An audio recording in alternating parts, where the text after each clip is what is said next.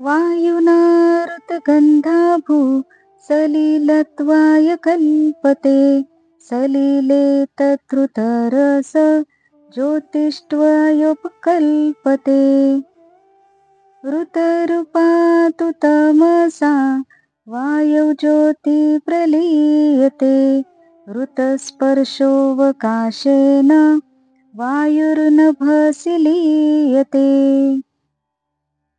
कालात्मना ऋतगुण नभ आत्मनि लीयते.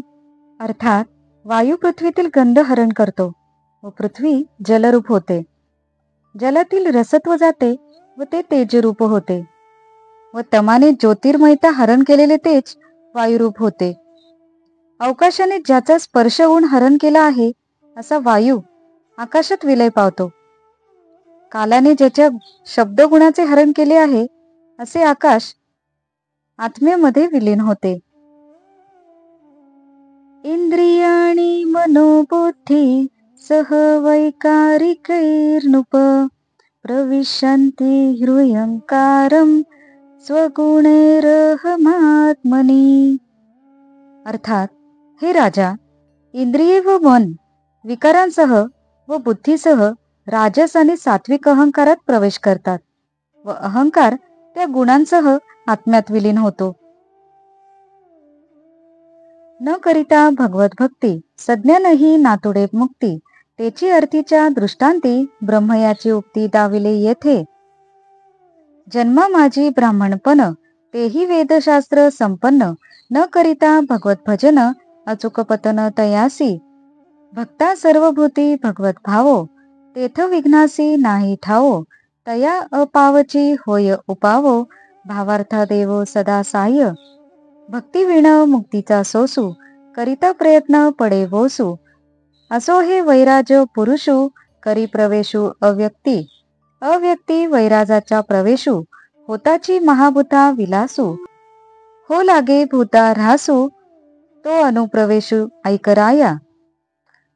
प्रळय वाळूचा क्षोभक क्रोधू तेणे पृथ्वीचा हरिला गंधू. तव तेही विरोनिया प्रसिद्धू एक रूप जळ झाले. क्षोभला वायू असम साहस तो हरी जळाचा रस. तेव्हा जळाचा होय रास प्रळय महातेजी. त्या तेजाचा निज संभ्रम वायुबळे ग्रासित तम. तेव्हा प्रळय वाळू परम भरोनी व्योम कोंदाटे. त्या प्रळय वायूचा स्पर्श चपळतेसी सर्व ग्रास करून ठाके अवकाश. तेव्हा वायू ते आकाश निशेष ग्रासी. आकाशाचा जो शब्दगुण तो प्रळय काळू गिळी संपूर्ण. तव क्षोभला तामसाभिमान तो करी प्राशन गगनाचे. दश इंद्रियांच्या गोंधळा राजसाभिमानी रिखाला. चित्त चतुष्टयाचा मेळा तोही प्रवेशला सात्विकाभिमानी. इंद्रिय अधिष्ठात्री दैवते तीही मिळवनिया समजते. प्रवेशली सात्विकाते जाण निश्चिते नृपनाथा. अर्थात भगवंताची भक्ती केली नाही तर ज्ञानीही मुक्त होत नाही. या अर्थी ब्रह्मदेवाचे वचन दृष्टांत म्हणून सांगितले आहे. ब्राह्मण असून वेदशास्त्रांचे ज्ञान असले तरी जर मनुष्य भक्ती करणार नाही तर त्याचे पतन होईल. भक्तांना तर सर्वत्र भगवंतांचाच प्रत्यय येत असतो, त्यामुळे विघ्ने त्यांना येत नाहीत. त्यांना कोणी अपाय केला तर तो उपायच ठरतो, कारण भगवान अशा भक्ताला नेहमी सहाय्य करतो. भक्ती न करता नुसत्या मुक्तीसाठी प्रयत्न केला तर तो व्यर्थ ठरतो. असा हा विराटाचा अभिमानी वैराज जेव्हा अव्यक्त होतो तेव्हा मग महाभूतांचा ऱ्हास कसा होतो ते मी तुला सांगतो. प्रलय वायूत जो क्षोभ असतो, खळखळ असते, त्याने पृथ्वीचा गंधगुण हरण केला जातो व पृथ्वी जलरूप होते. तोच प्रलयरूप क्षोभ वायूमध्ये जलाला व त्याच्या रसाला लीन करतो आणि वायूच्या त्या जोराने जळ तेजरूप होते. त्या तेजाला तम म्हणजे अहंकार ग्रासतो व आकाश प्रलय वायूने भरून जाते. त्याच्या स्पर्श गुणाचा व वेगाचा विलय अवकाशात होतो. अर्थात आकाशात लय होतो. आकाशाचा शब्द हा जो गुण त्याला प्रलयकाल गिळून टाकतो, इतक्यात तामस अभिमान प्रभावी होतो व तो आकाशालाच ग्रासून टाकतो. मग 10 इंद्रियांची सर्व कार्ये कालवली जाऊन ती राजस गुणाच्या अभिमानात शिरतात. चित्त चातुष्टयाचा मेळावा सत्व गुणाच्या अभिमानात प्रवेश करतो. इंद्रियांच्या देवताही सत्व अभिमानात शिरतात. एषा माय भगवता सर्गस्थितन्त्यकारिणी त्रिवर्णावर्णितास्माभिः किं भूय श्रोतुमिच्छसि. अर्थात उत्पत्ती, स्थिती व विलय करणारी त्रिगुणात्मक भगवंताची माया आता आम्ही वर्णन केले. आणखी काय ऐकण्याची तुझी इच्छा आहे? ते तिनी अहंकार त्रिगुणेसी प्रवेशती महतत्वासी महतत्व मिळे मायेसी जेवी कन्या संततीसी माहेरा ये जेवी कुकडीची पिली कुकडी पाखांतळी घाली मग ते स्वये दिसे एकली तेवी माया उरली कल्पांती एवं उत्पत्ती स्थिती प्रळयांते त्रिविध भागे दाविले येथे ते गुणमयी माया निश्चिते मिथ्याभूते आभासे जेवी लेकुरे खेळता खेळासी दिवसा म्हणती जाहली निशी देवीची पूर्ण स्वरूपाशी देखती मायसी त्रिविध कल्पना. उत्तम मध्यम अधम जन तिन्ही अवस्था त्रिभुवन त्रिविध कर्मे 3 गुण हे जाण विंदान मायेचे ध्येय ध्याता आणि ध्यान पूज्य पूजक पूजन ज्ञेय ज्ञाता आणि ज्ञान हे त्रिपुटी जाण मायेची दृश्य द्रष्टा आणि दर्शन कर्मकर्ता क्रियाचरण भोग्य भोगता भोजन हे त्रिपुटी जाण मायेची शब्द श्रोता आणि श्रवण ग्रेय घ्राता आणि घ्राण रसरसना रसस्वादन हे त्रिपुटी जाण मायेची करक्रिया आणि करता चरण चाल चालता बोल बोलणे बोलता हे त्रिविधावस्था मायेची अहम सोहम जडमूढता साधक साधन साध्यता देवी देवो परिवार देव हे ही त्रिविधता मायेची देह देही देहाभिमान भवभय भवबंधन मुक्त मुमुक्षी अज्ञान हे ही विंदान मायेचे सुख दुःख जडत्व पूर्ण आधी समाधी व्युत्थान उत्पत्ती स्थिती निधन ही लक्षणी संपूर्ण माया विलसे नभी निळिमा पूर्ण भासे शेखी निळिमेचा लेशही नसे देवी स्वरूपी माया अभासे मिथ्यावेशे माईक जेवी प्रत्यक्ष दिसे मृगजळ परिते निधाग केवळ देवी स्वरूपी माया प्रबळ मुळी निर्मूळ आभासे.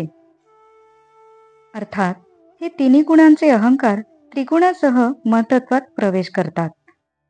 कन्या बाळणपणाला ज्याप्रमाणे माहेरी जाते त्याप्रमाणे महतत्व मायेत मिळते. कोंबडी आपल्या पंखांखाली पिलांना घेते तेव्हा एकटी कोंबडीच दिसते. त्याप्रमाणे कल्पांताच्या समयी एकटी माया उरते. याप्रमाणे उत्पत्ती स्थिती व लय या तिन्ही कार्यांनी मायेची ओळख करून दिली. खरोखर ही त्रिगुणात्मक माया दिसली तरी मिथ्याच. ज्याप्रमाणे मुले खेळताना कधी दिवस असूनही आता रात्र झाली असे म्हणतात आणि लटोपटीची रात्र खरी समजतात, त्याप्रमाणे अज्ञानाने लोक मायेची त्रिविधता कल्पितात आणि ती खरी मानतात. उत्तम मध्यम व अधम हे जन जागृती स्वप्न व सुषुप्ती या 3 अवस्था भू स्वर्ग व पाताल हे त्रिभुवन संचित क्रियामान व प्रारब्ध हे त्रिविध कर्म व सत्व रज आणि तम हे 3 गुण हे मायेचे कार्य आहे हे ओळख. ध्येय ध्याता व ध्यान पूज्य पूजक व पूजन ज्ञाता ज्ञेय व ज्ञान हे त्रिपुटी म्हणजे मायेचेच कार्य आहे.